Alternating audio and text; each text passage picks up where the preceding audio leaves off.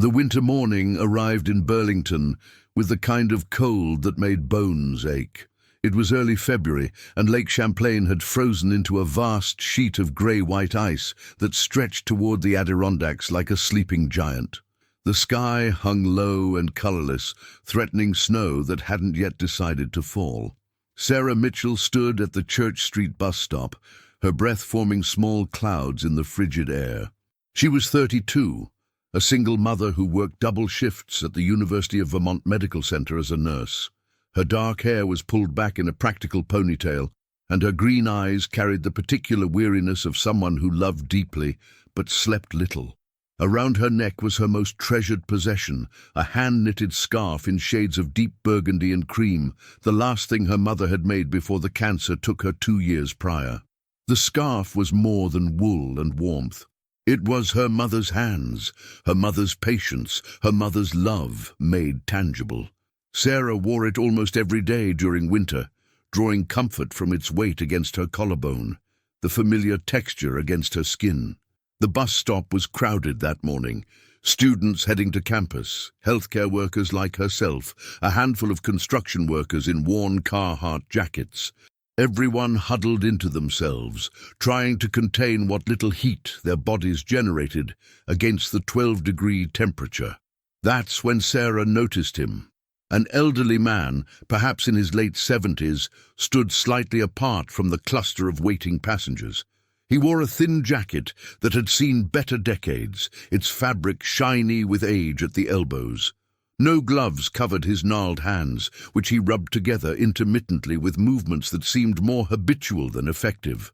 His face was weathered, creased with lines that spoke of a life fully lived, and his silver hair was neatly combed, despite the wind's best efforts to disorder it.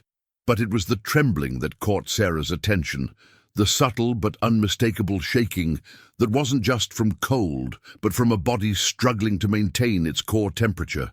His lips had taken on a faint bluish tinge. Sarah's nursing instincts kicked in immediately. Hypothermia didn't announce itself with drama. It crept in quietly, stealing warmth and cognition degree by degree.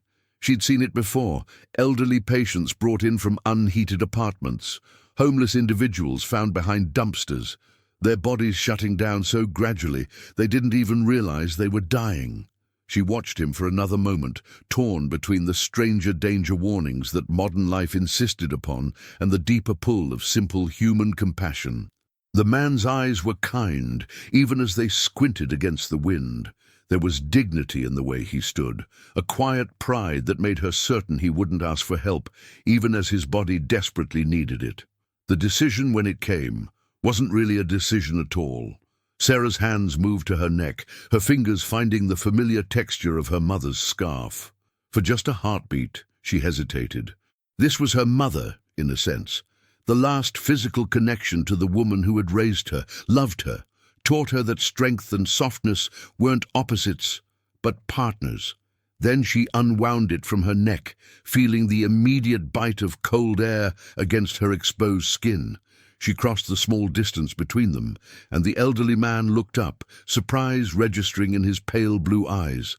"Excuse me," Sarah said softly, her voice carrying an intimacy that comes from caring for strangers in their most vulnerable moments. "You look cold." Before he could protest, she reached up. He was slightly taller than her, despite the stoop age had given his shoulders, and gently wrapped the scarf around his neck. Her fingers brushed against the weathered skin there, feeling how cold he was, how the pulse in his carotid artery beat too slowly. The gesture was tender, almost maternal, but there was something else in it too, the kind of physical care that exists in a space between professional duty and personal connection. She took her time adjusting it, making sure it covered his throat completely, tucking the ends into his jacket. Her hands lingered for just a moment longer than strictly necessary, ensuring the wool sat snugly against him, beginning its work of trapping and returning his body heat. The man's eyes widened, then softened with something like wonder. "Miss, I couldn't possibly. This is too fine." "It's already done," Sarah said, stepping back but holding his gaze. Up close, she could see that his eyes held depths of experience, of losses endured and joys savored. There were stories in those lines around his mouth, in the way his hands had stilled their rubbing, now resting on the scarf as though it were something precious. "But it's cold. You'll need—" "I have a warm hospital waiting for me," she interrupted gently. "You need it more." For a moment they simply looked at each other. The crowded bus stop seemed to fade, the other passengers becoming background noise to this quiet exchange. His calloused fingers touched the wool, exploring its texture with something approaching reverence. "This was made with love," he said quietly, and it wasn't a question. Sarah felt her throat tighten. "Yes, by my mother." Understanding passed between them, the recognition that this wasn't just a scarf, but a sacrifice of something deeply personal. The man's expression shifted, becoming almost solemn. "Then I am honored beyond words," he said, "and I promise you I will treat it with the care it deserves." His voice carried the faint accent of someone who had learned English as a second language, though it was so worn smooth by decades of use that Sarah couldn't place its origin. There was a formality to his speech that felt almost courtly, from a different era. Sarah smiled, feeling warmth spread through her chest that had nothing to do with temperature. "It's just a scarf, but wear it in good health." The bus appeared then, its brakes hissing as it pulled to the curb. The crowd surged forward, and in the shuffle of boarding, Sarah lost sight of the elderly man. She climbed aboard, paid her fare, and found a seat near the back, her neck cold and exposed, but her heart strangely full. She pressed her hand against the window as the bus pulled away, and for just a moment she caught sight of him, still standing at the stop, one hand touching the scarf, watching her bus depart.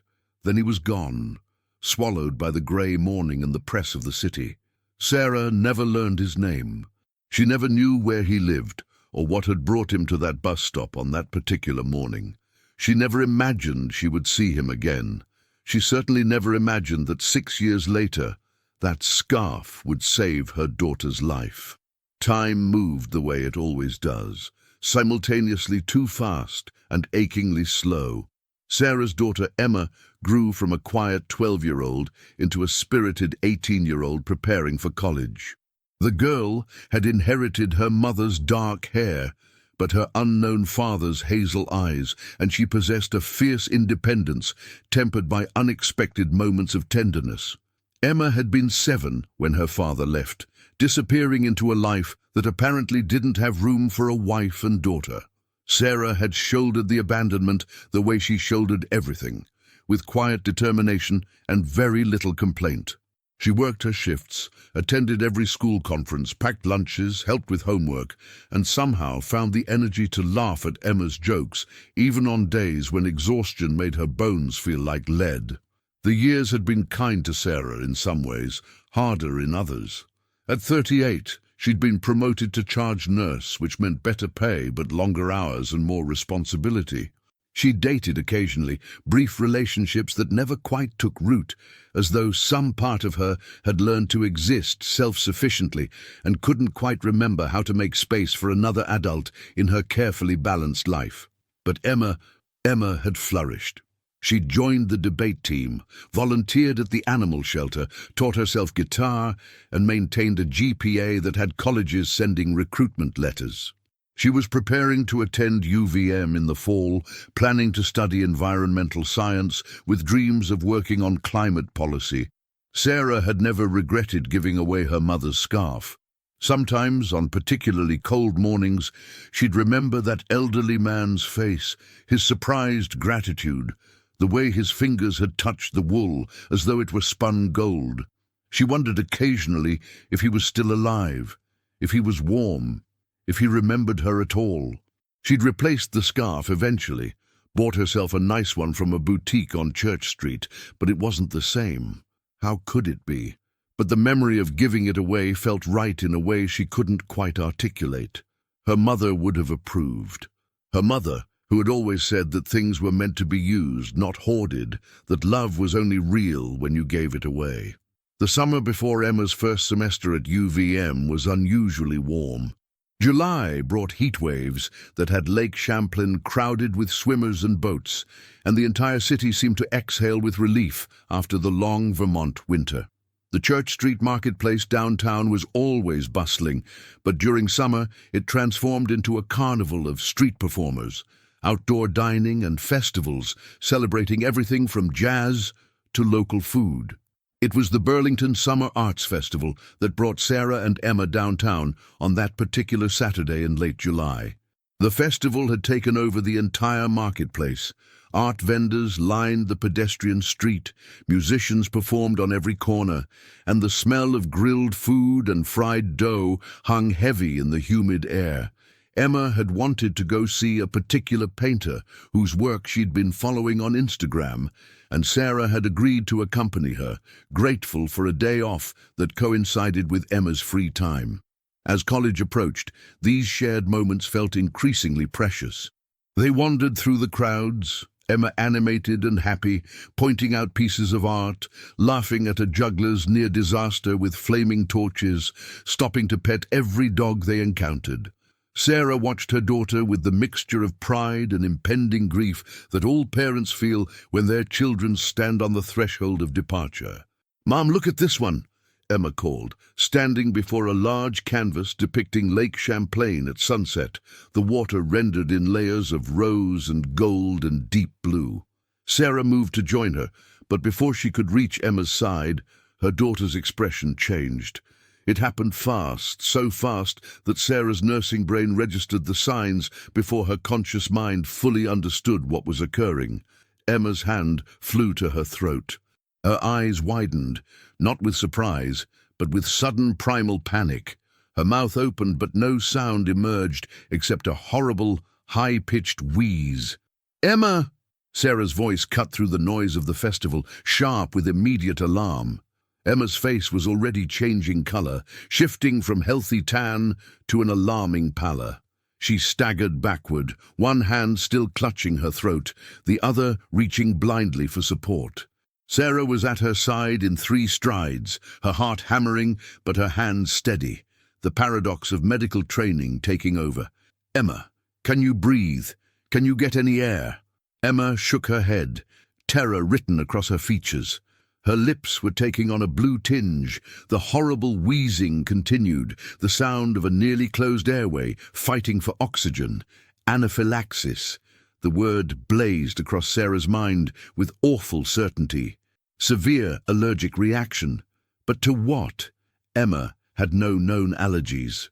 They'd eaten nothing unusual. There had been no bee sting, it didn't matter. What mattered was that her daughter was suffocating, and they had minutes at most before— "Someone call 911, Sarah shouted, lowering Emma to the ground as gently as she could while her daughter's hands clawed at her own throat. "My daughter can't breathe. We need an ambulance now." The crowd that had been flowing around them like water suddenly coalesced into something more attentive.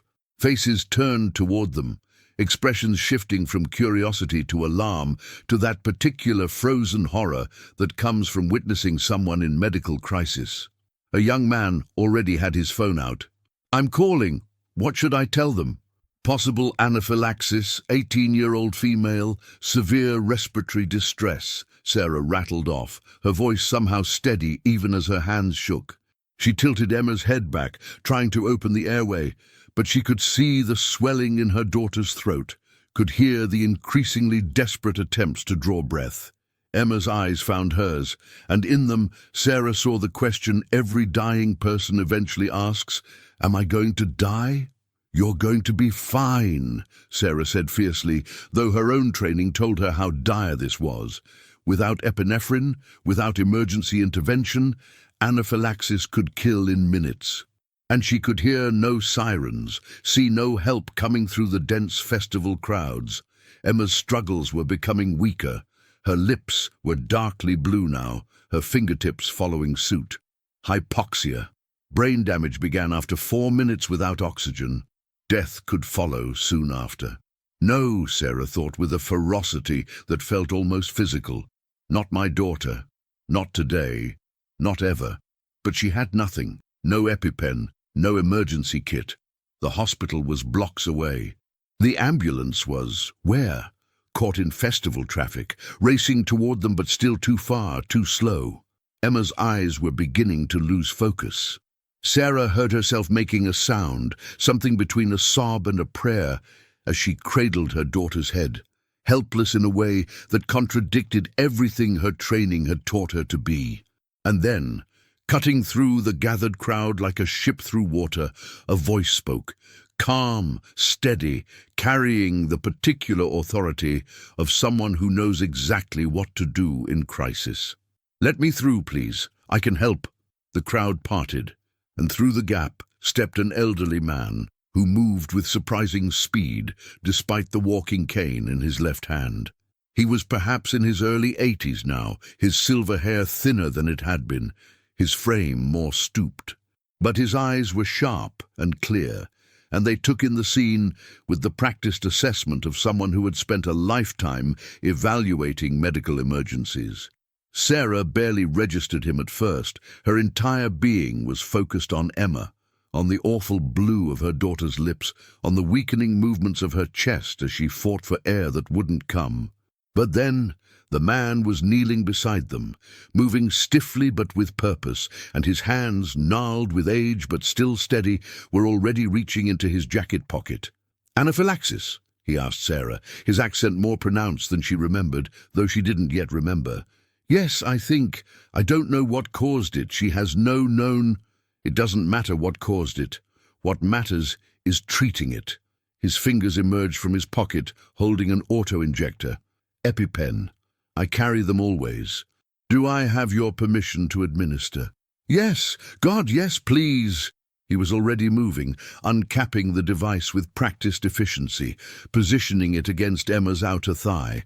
"This will hurt, little one, but it will help," he said gently, and then pressed the injector firmly against her leg through her jeans. The click was audible even over the crowd noise. Emma jerked, and Sarah held her daughter's shoulders, murmuring reassurances that felt hollow but necessary. 15 seconds, the old man said calmly, keeping the injector in place, his other hand checking the pulse at Emma's wrist. "Come on, girl. Fight for it." Sarah found herself staring at his hands, weathered, marked with age spots, the knuckles swollen with what might be arthritis, but there was such competence in them, such sureness. "Who are you?" she whispered, though it seemed absurd to ask in that moment. He glanced up at her, and something flickered in his pale blue eyes. Recognition. But then he was looking back at Emma, who had begun to respond to the epinephrine. The horrible wheezing was changing pitch, her chest movements becoming more effective. Color was slowly returning to her lips. "Breathe, sweetheart," Sarah urged, her own breath coming in sobs of relief. "That's it. You're okay. You're going to be okay." The man pulled back the injector, capping it carefully. "The epinephrine will help, but she needs hospital care immediately. The reaction can recur. Sometimes there is a second wave." As if summoned by his words, Sarah finally heard sirens in the distance, growing closer. The old man looked around, his eyes scanning the crowd that had pressed in close. "Give her space," he commanded, and there was such authority in his voice that people actually stepped back. "She needs air, and someone bring water, not to drink, just to have ready. Room temperature, not cold." "No." A woman rushed off toward a nearby vendor, and the man turned his attention back to Emma, who was blinking now, consciousness returning with the oxygen flooding back into her system. Her hand came up, touching her own throat in confusion. "Lie still," he told her gently. "You had a severe allergic reaction. The medicine is helping, but you must stay calm and let it work." Emma's eyes found her mother's, and Sarah squeezed her daughter's hand, tears streaming freely down her face now. "I'm here, baby. I'm right here. You're safe." The man began to shrug out of his jacket despite the summer heat, and it was then that Sarah saw it. Wrapped around his neck, faded but unmistakable, was her mother's scarf. The burgundy and cream had softened with years of wear and washing, but the pattern was unique, her mother's particular style, the way she'd combined colors and textures. Sarah would know it anywhere, in any condition, in any context. Her breath caught. The old man didn't notice, busy as he was folding his jacket into a pillow for Emma's head. But as he leaned forward, the scarf slipped slightly, and Sarah could see where the wool had been carefully mended in places, tiny stitches preserving the fabric with obvious care. He'd kept it. For 6 years, he'd kept it and worn it and cherished it.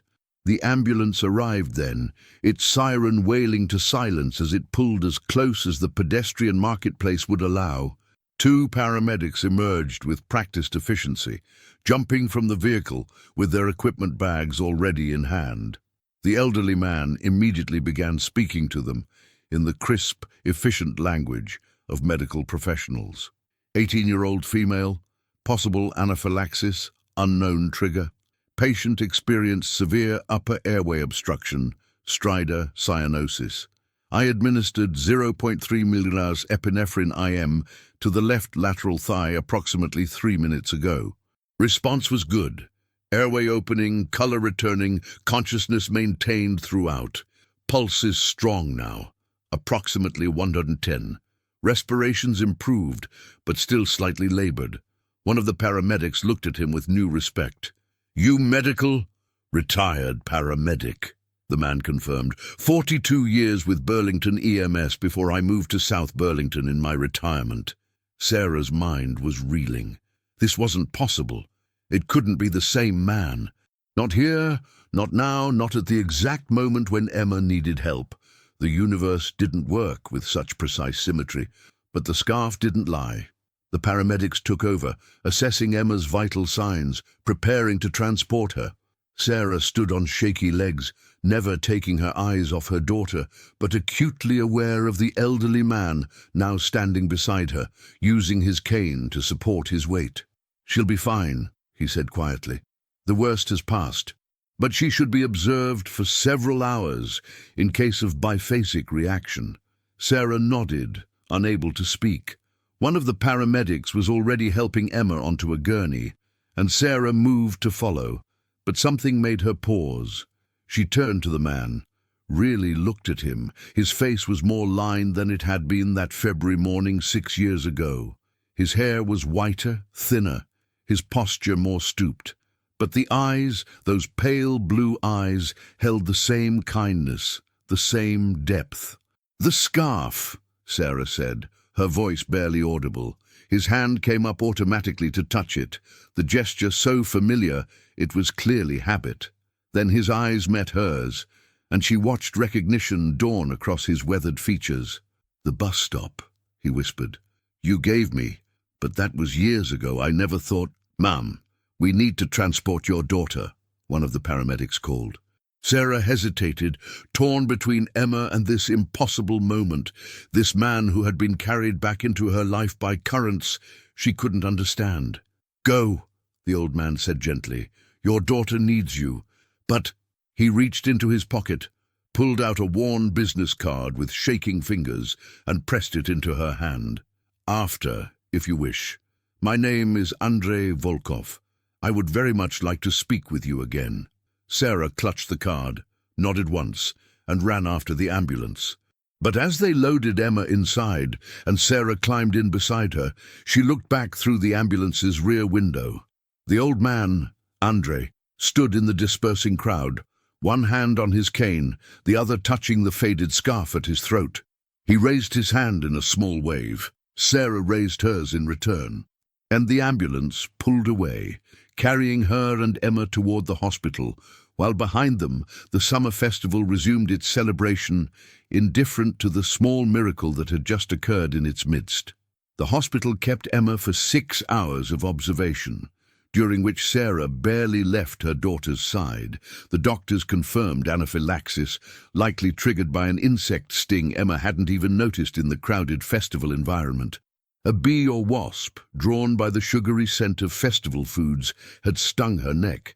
They found the tiny red mark beneath her hairline. She'd had no known allergy, but anaphylaxis could develop at any time, the doctors explained. First exposure sensitizes, second exposure can kill. Without the immediate epinephrine injection, Emma would have died. The doctors were clear about that. The ambulance had been caught in festival traffic, delayed by 5 critical minutes. By the time they'd arrived, it would have been too late. Emma slept for most of the observation period, exhausted by the body's massive stress response. Sarah sat in the chair beside her bed, holding her daughter's hand, watching the monitors that showed a strong, steady heartbeat, good oxygen saturation, all the numbers that promised Emma would be fine. But Sarah's mind kept returning to the scarf, to the impossible coincidence of Andrei being there at that exact moment, with an EpiPen in his pocket. Except, she thought, watching Emma's chest rise and fall with easy breaths. Was it really coincidence? She pulled out the business card Andrei had given her. It was old, the edges soft with age, the printing slightly faded. It read simply, Andrei Volkov, retired, available for consultation on emergency medical training. Below that, a phone number and an address in South Burlington. On the back, in shaky but elegant handwriting, someone had written, "The kindness we give away always finds its way home." Sarah felt her throat tighten. When Emma was finally cleared for discharge, loaded with prescriptions for EpiPens and antihistamines and instructions for follow-up, Sarah drove them home through the summer evening. Emma dozed in the passenger seat, still groggy, occasionally touching her throat, as if to reassure herself she could breathe. "Mom," Emma said quietly as they pulled into their apartment complex. "Yeah, honey. That old man. He saved my life, didn't he?" "Yes, he did. You knew him. I could tell by the way you looked at each other." Sarah parked the car but didn't immediately turn off the engine. "I met him once years ago. I gave him something when he needed it. Today, he returned the favor." "What did you give him?" Sarah hesitated, then said, "Grandma's scarf, the one she made for me. He was freezing at a bus stop and I gave it to him." Emma was quiet for a long moment. "The one you loved? The one you wore all the time?" "Yes." "And he kept it? All these years?" "Apparently so." Emma reached over and took her mother's hand. "I want to meet him properly, to thank him." Sarah squeezed her daughter's fingers. "Me too." The next day, Sarah called the number on Andrei's card. He answered on the second ring, his accented voice warm with recognition.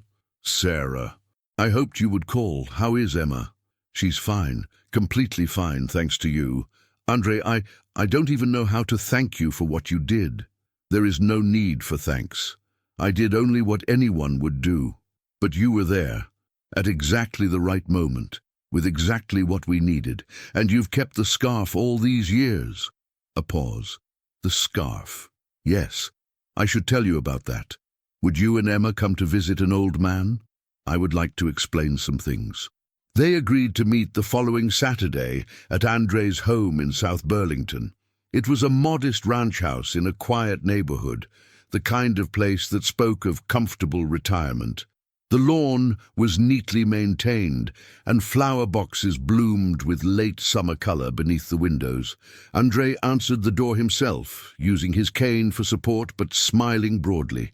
He'd dressed carefully for the occasion, pressed slacks, a button-down shirt, and around his neck, the scarf. "Please, come in," he said, stepping aside.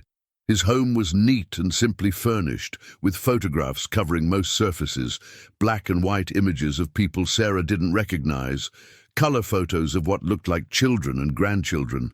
But what caught her attention was the wall in his living room.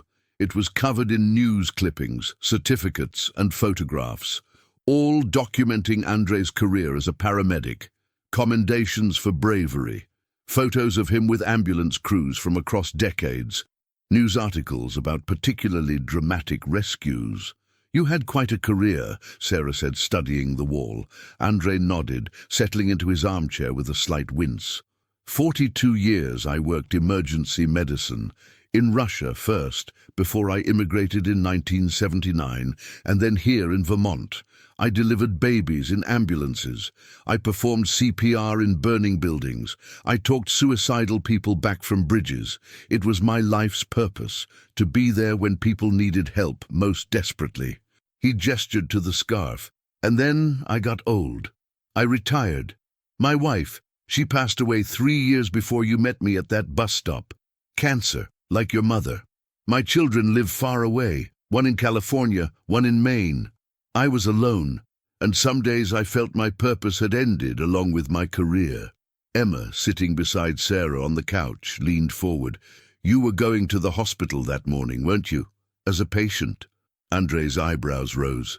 You're perceptive, like your mother, yes. I had an appointment for chest pains I'd been having. I was afraid, if I'm honest, afraid of what they might find, afraid of becoming a patient instead of a healer. I think perhaps I didn't dress warmly because some part of me didn't care if I arrived at all.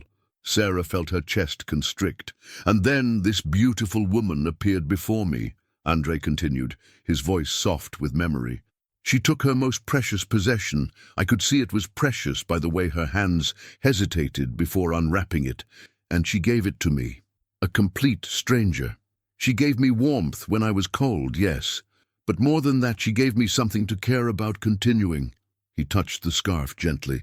I went to my appointment. The chest pains were anxiety, nothing more. I got treatment. I joined a senior center, made friends, started teaching emergency response courses to retired people like myself. I began to live again, instead of just existing, and I kept this scarf close, always. It reminded me that kindness is real, that people still care for each other, that my life still had value. Sarah felt tears threatening.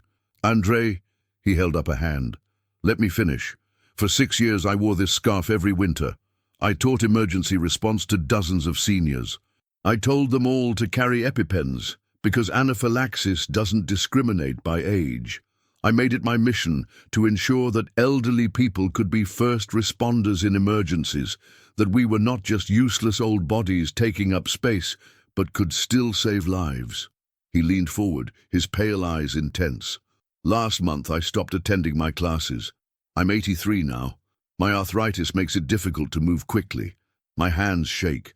I thought perhaps it was time to accept that my saving lives days were truly over.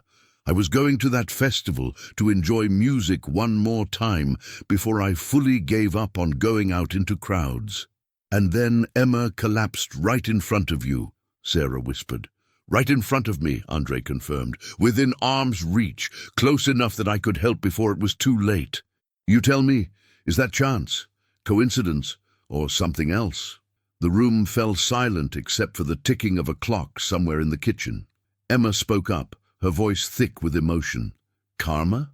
Fate? Andre shook his head. I think it is simpler than that. I think kindness creates ripples. Your mother's kindness touched me, which touched all the people I taught, which touched their families and communities. And kindness multiplies. It grows. It waits for the moment when it is needed, and then it returns. Not because the universe is keeping score, but because people who have been treated with compassion learn to give it to others. He carefully unwound the scarf from his neck, holding it with obvious reluctance. This belongs to you. It always belonged to you. I have borrowed it for 6 years, but now... No, Sarah said firmly. Andre, no. You keep it. It's yours now. It saved Emma's life by being with you, by reminding you to carry EpiPens, by bringing you to that festival. It belongs with you. But your mother made it for warmth, Sarah interrupted, for love, for protection, and it protected my daughter. What better purpose could it serve? My mother would want you to keep it. Andre's eyes grew wet. His hands, still holding the scarf, trembled slightly. You are sure? I've never been more sure of anything. He brought the scarf up to his face for a moment, and Sarah understood. He was saying a different kind of goodbye now. Not to the object, but to the fear that he would be required to surrender it. When he lowered it, there was peace in his expression. Emma stood and crossed to him, then did something that surprised everyone, including herself. She leaned down and gently wrapped the scarf back around his neck, tucking it in with the same tender care her mother had shown 6 years prior. Thank you for saving my life, she said softly, and thank you for letting my grandmother's last gift continue to matter. Andre reached up and placed his weathered hand over Emma's young one where it rested on his shoulder. The gesture was brief but profound, a passing of something unspoken between generations. "Will you both come to visit an old man sometimes?" he asked. "I have many stories, and I would like to know you both better." "Yes," Sarah said immediately. "We'd like that very much." They stayed for 2 more hours, drinking tea and eating the cookies Andrei had purchased specifically for their visit. He told them about his life in Russia, his immigration to America, his decades of emergency response. Sarah told him about nursing, about raising Emma alone, about the small triumphs and large challenges of single parenthood. Emma talked about her college plans, her environmental passions, her dreams of making a difference. As they finally prepared to leave, the summer sun setting in brilliant oranges and pinks through Andrei's windows, Sarah turned back one more time. "Andrei, that morning at the bus stop, where were you going? After the appointment, I mean. What bus were you catching?" He smiled. "That bus? It went nowhere I needed to be. I was cold, so I stood at the bus stop for shelter from the wind. When the bus came, I let it go. I walked to the hospital instead, warm for the first time in months, feeling like perhaps life still had purpose." Sarah laughed, shaking her head at the beauty of it. "So you were never even going anywhere?"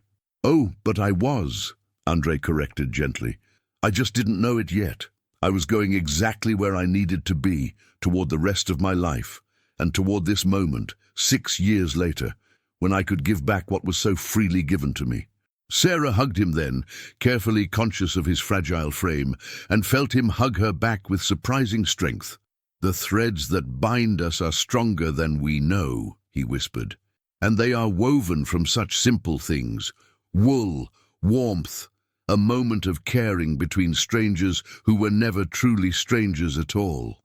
Driving home with Emma beside her, Sarah thought about circles, about how kindness didn't travel in straight lines, but in loops and spirals, returning to its source in unexpected ways, about how an act of compassion given freely, with no expectation of return, could somehow circle back precisely when needed most.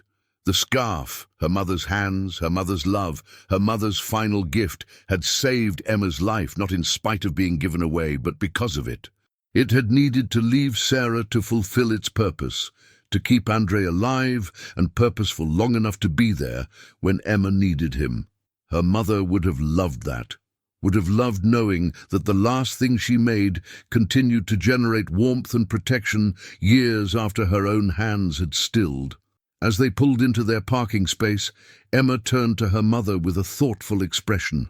"Mum, I think I want to learn emergency response. Real training, like what Andrei taught.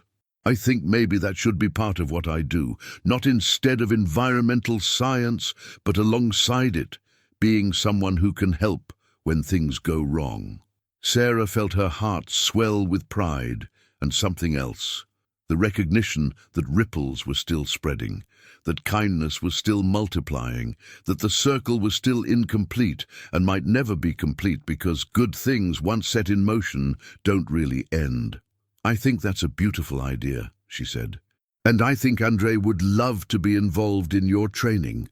Emma smiled, her mother's smile, her grandmother's smile, the smile of women who understood that strength and gentleness were not opposites but partners in the work of making the world more bearable. Above them, the Vermont sky deepened into twilight, stars beginning to emerge like tiny promises scattered across darkness.